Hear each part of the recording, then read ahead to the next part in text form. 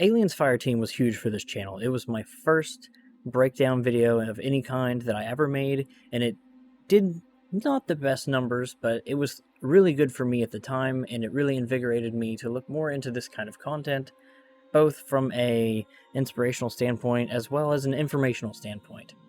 So it seems only fair that I return to the game just yet another time before we have any big drops of information to kind of sum up and overview everything that there is to know about it so far.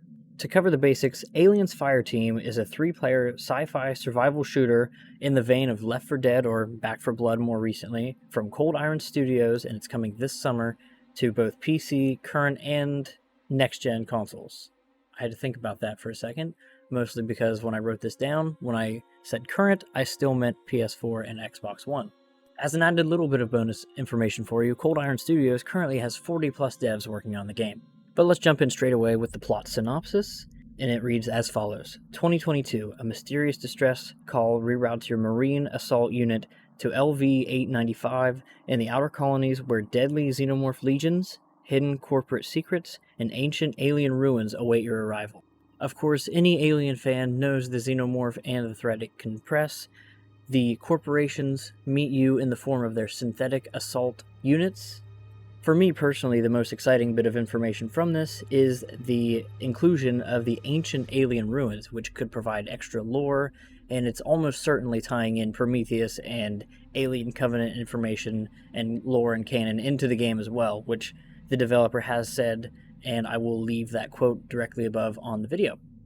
Another quote I did want to hit was Aliens Fireteam is a cooperative shooter, but it's here to tell a new story too, and there's a cohesive narrative spread across its campaigns. First off, I can go ahead and let you know the narrative structure of the game is 4 campaigns with, I believe, 3 missions for each. I think the promise that there is going to be a narrative throughout is going to be very good. You know, I don't know what else we can really expect from it right now. We haven't seen a proper story trailer, mostly just gameplay. But when we do get that, I'm hoping we get a better bit of information on it, other than the fact that we know it will be completely separate from the Alien trilogy, taking place 23 years after the events of the original 3 movies. The other main bit of information I was able to take out of these interviews were the inclusion of the Colonial Protection Act, which is basically where the government is in response to the corporations that are ruining society and life in the Outer Rim. It's also why you, as the Marine, will be heading out there to enforce the laws before getting the distress signal, so it's pretty much the entire premise and basis for the game's plot. From there on, it's pretty much going to be, oh no, an alien, oh no, shooty shoot, oh no, corporations do bad with alien, oh no, shoot them too. And there you have it, that is the general plot synopsis of the game and everything that there is to know so far. But with that being said, let's go ahead and lean right into the enemies for just a second here. There are over 20 enemy types in the game.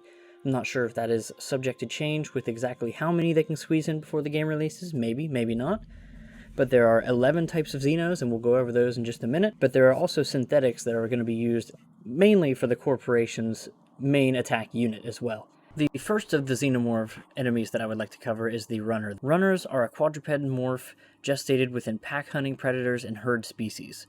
You'll want to take these Xenos out quickly. They're pack hunters and they will attack in large groups. So this seems to be the main enemy of the game, the bulk, cannon fodder. Next up is the Prowler. Watch out, Prowlers prefer to leap atop their prey from close range, knocking them to the ground to be clawed or bitten. So these are the ones that are going to leave you in a vulnerable state, and probably, if someone doesn't save you, they'll kill you very quickly themselves. Coming in at number 3, we have the Burster, and that's another quadruped morph distinguished by bright green subcutaneous acid bladders. Their bodies will explode upon death and releasing lethal acid that you'll want to avoid at all costs. So these are your suicide bombers pretty much, as you know in any other game pretty much like this. Next up is Copyright Strike, aka the Spitter, and Spitters project streams of powerful acid from the glands in their mouths from a distance. And of course that's going to be your main ranged. Any fans of the movies will be familiar with the next option, and that is the Drones, and they are the adult form of a xenomorph gestated within a human host. They move silently through the walls, killing their victims and disappearing without a trace. Don't aim for the head. Praetorians are extraordinarily difficult to kill, with a bulletproof armored head plate used for ramming charges. I don't currently have a screenshot of the same quality as the ones previously shown, but there is also going to be the facehugger, or the egg layer of the xenomorph race, as an enemy as well. And of course, the last confirmed enemy at this current time is the synthetic. And if you look at the trailer, and if I remember, I will try to put in the trailer clip here where we can see the synthetics. Of course, these diverse enemies can change the gameplay and the combat quite a bit through their variety of spawn rates and anything like that, but of course there's different means to take out different enemies, and what I mean by that is we're going to jump straight into the weapons now. And we're going to go with the ones that we also have confirmed screenshots from their Twitter page. Okay, the first up is the M41A2 Pulse Rifle.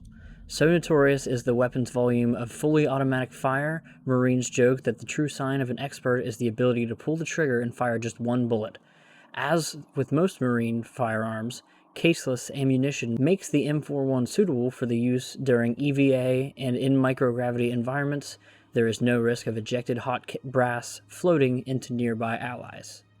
And of course, this looks to be very similar to the one that we do see in the Aliens movie, and it's at least of similar design, of course, and you can see that in the skeleton there, but you can also see some different optics and different barrels, which is going to go into the modding system of the game as well. And as you'll see on the gun itself there, you do see that it is by Armat Industries, which is one of the 3 big corporations that is said to be in the game, and I will point out the other 2 as well if I do see them. Next is the DT-57 Medved, a shotgun designed in the Union of Progressive Peoples, provided free to their colonial militia units and sold abroad under license, and of course that is the Hyperdyne system. No shotguns like this have really ever been shown in the movies to my knowledge, which I'm just assuming that most people who are excited for this game have seen. I know there is a lot of extended lore and stuff, so maybe that can come from that, so my apologies if I don't know too much about that. Third up is the Type 78 Burst Pistol. Initially designed for service with 3 World Empire military police forces, the Type 78 has better accuracy and longer effective range than most machine pistols.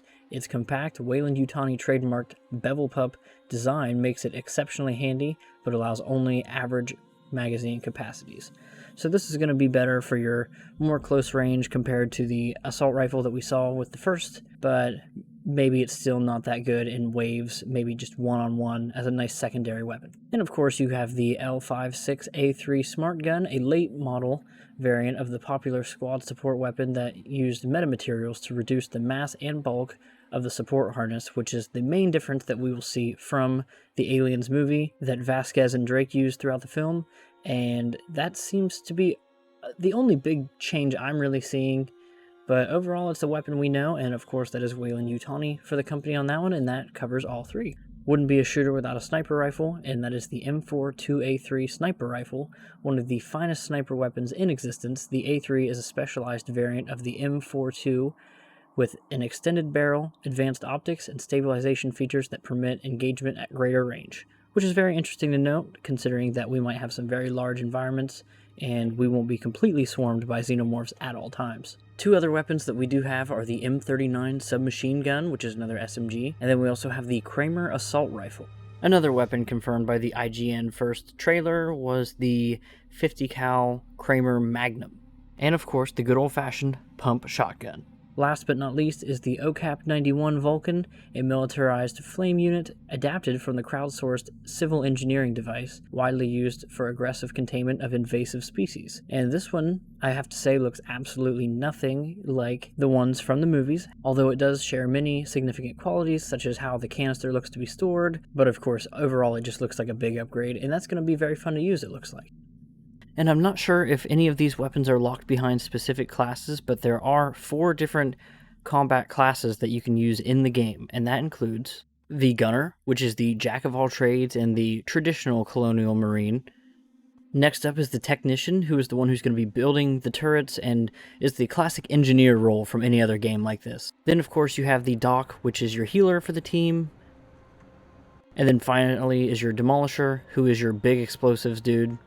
And all 4 of these classes can level up their items and upgrades in a couple of different ways to make playstyles a little bit more unique, but there are a couple constants that come between each playthrough.